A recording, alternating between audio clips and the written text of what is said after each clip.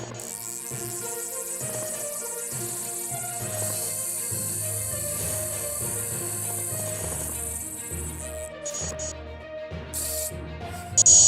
what's up? It's Kit. Time for another video. Today I'm going to show you my new live bait cooler. We're going to modify it. I've just kind of opened this and took the plastic off, and we're going to assemble it. So I have a camera on top so you can see what's inside. Okay, so there's this. I put this one, an airstone. There's the air pump assembly strap, something very important that we're going to talk about later, and then the brochure. So this thing has a latch system, and it helps keep the lid closed, which is very important because I don't want things to spill in the car. But also, if you actually have a closer look here, this thing has a gasket. All right, and what sets this apart from ordinary coolers is the fact that there's a hole here for your hose. And I was into the aquarium trade before, so I know a thing or two about aquariums. And it's, well, I've given it some thought, and I'm going to be using some tricks that I've used in the aquarium trade for this one particular thing. All right, so first thing is the airstone. Now, take the plastic off of this. So it's a long one. All right. Now, the airstone that this comes with is actually really tiny.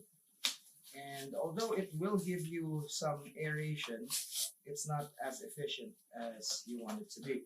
So when you take this off of the box, you will find a cigarette lighter charger, which is great because it means that when you're in the car, you can just plug this into the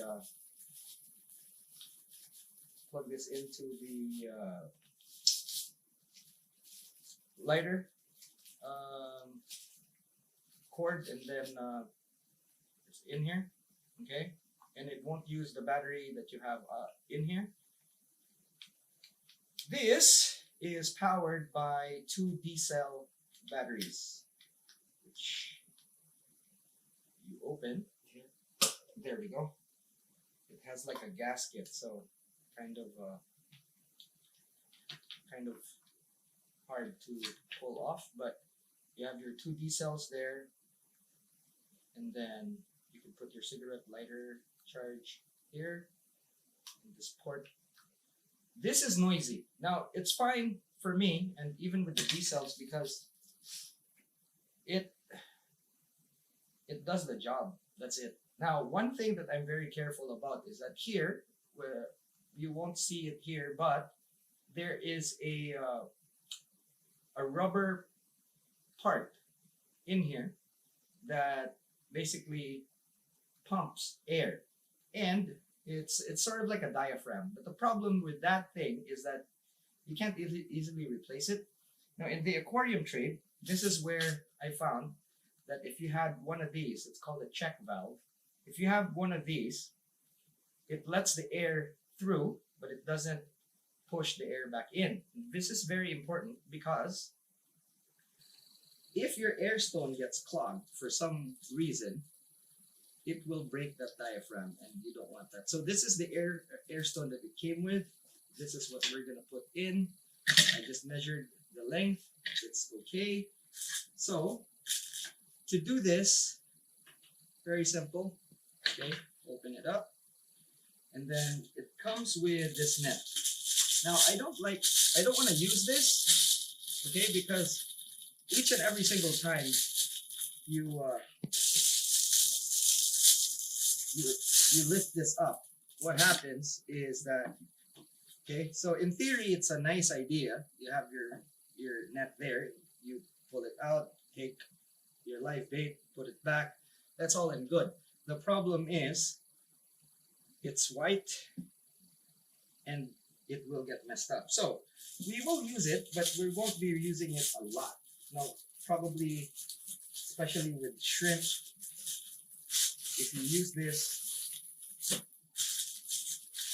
what happens there is that their horns get stuck.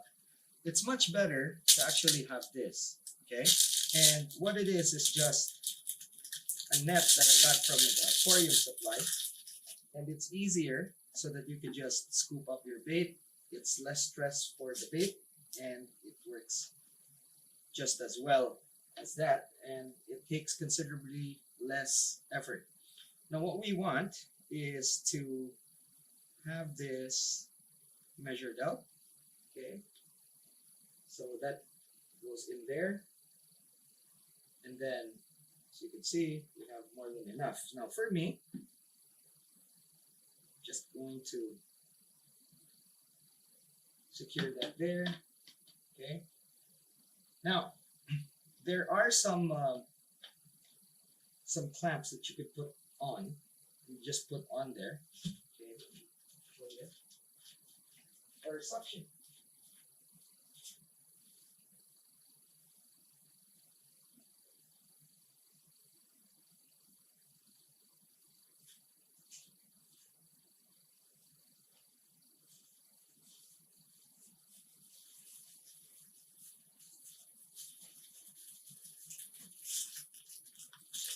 So these little things, you get them in an aquarium supply. I got this off of Amazon, and all you do is actually just clip it to the side of your hose like that, position it, okay, and then stick it onto the side.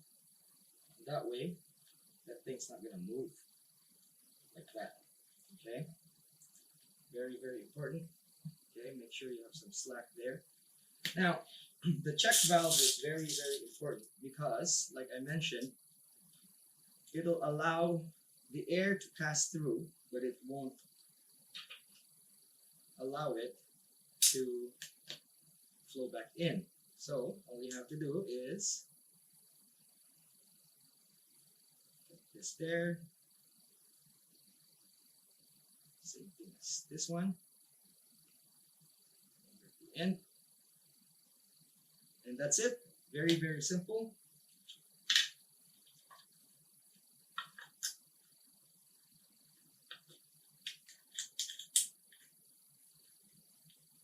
You have your air intake this side, and then you have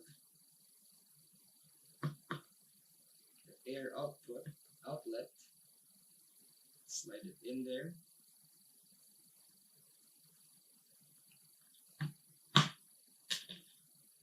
Straight. This is very easy.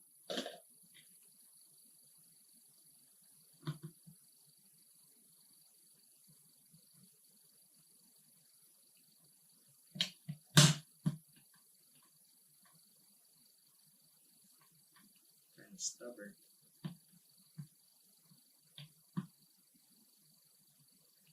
There we go.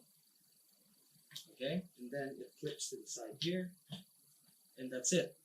Okay, the last thing is the strap. Now this strap, it has a handle and it's nice and everything, but this strap makes it easy to carry, and it's a much more solid connection than the handle itself. So all you do is take it down. Here, let's latch this up so that easier. Okay, bring this down. So up here. Okay, and then from here, it's just a matter of really just securing it to this buckle.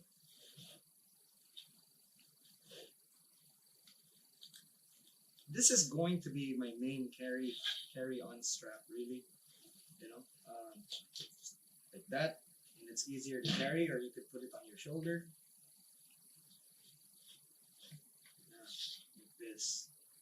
little bit longer so it's easier to carry, like that. And then pass this through here.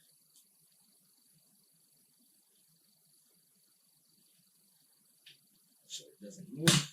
And there we go. That's pretty much set up. Now, we're going to be using this to buy bait tomorrow, to store bait. And most important thing for me is that when I put it in the car, if it moves around, the water slushes inside, but it still helps protect everything and there's no spill. When you open the latch, everything is in there. And it's easier really. Now I want to put another one of these just to keep the airstone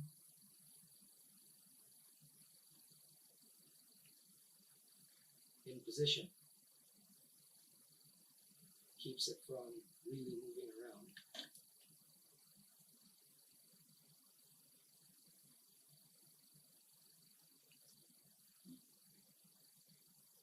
I want the airstone at the back so that when I try to catch the bait that I put in here, it's not gonna bother.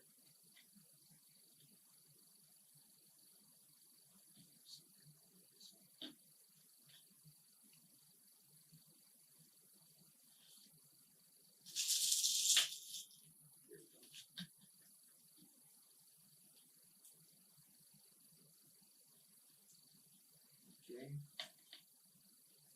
just position it. I'm putting it at the back, as you can see here, so it's really out of the way. Now we have a long airstone because what we want to do is have really good circulation. Now, look at the airstone it came with. It's so small and it's not going to turn a lot of water. Now, dissolved oxygen, okay, when you're actually circulating the water, the more you circulate the water, the more dissolved oxygen is going to be in the water. So with a long airstone, it's really going to help a lot with the circulation of the water and getting dissolved oxygen in the water. There's two settings for this. There's high and there's low.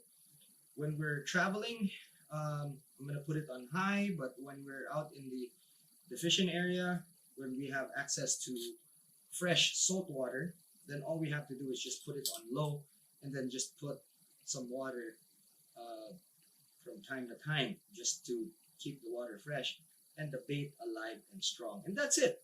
So it's that easy. If you go out and buy one of these, remember to change the airstone, get a check valve so that you will have your aerator last longer. All right, we're gonna buy some bait tomorrow, or we're gonna get some bait tomorrow. See what we can get. If we can get some live bait. If not, we're gonna catch them. All right. If we can't buy them, we can catch them. And that's it. So very short video. Hope you learned something here. We're gonna be using this tomorrow, so that's why I had to set it up. And I just thought that I'd show you guys how I set it up, because I know that there's a lot of people that would just use this as stock. It's great on its own for some fish, but if you're for some types of bait, but if you're putting something delicate, like take for example live shrimp here in the UAE, which really are very sensitive, you want to have the best possible system so that you can keep them alive for as long as possible. All right, so again, we're not going to be using this. It's going to be kind of a bother. We want our system to be as simple as possible and use it as fast as possible. All right. This aerator is noisy. This is very noisy, and I don't mind because we're going to be using it sparingly anyway. But it does the job, so I'm okay with it. Engel, the maker of this live bait cooler, actually has like a lithium-powered, rechargeable, very, very quiet aerator, which is great and everything. One, we don't have it available here.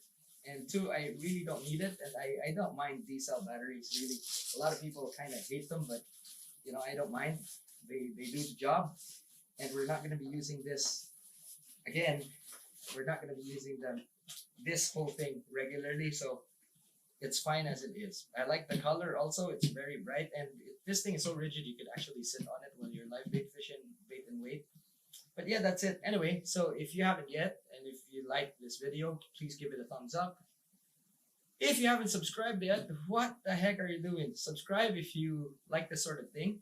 I make educational fishing videos. We cover everything from big game, ultralight, everything in between, including fly fishing. We're discussing live bait well today, but tomorrow will be live bait fishing, and we're taking you with us. So don't miss that video as well. All right, that's it for now. Thank you so much for watching. I'll see you in the next one.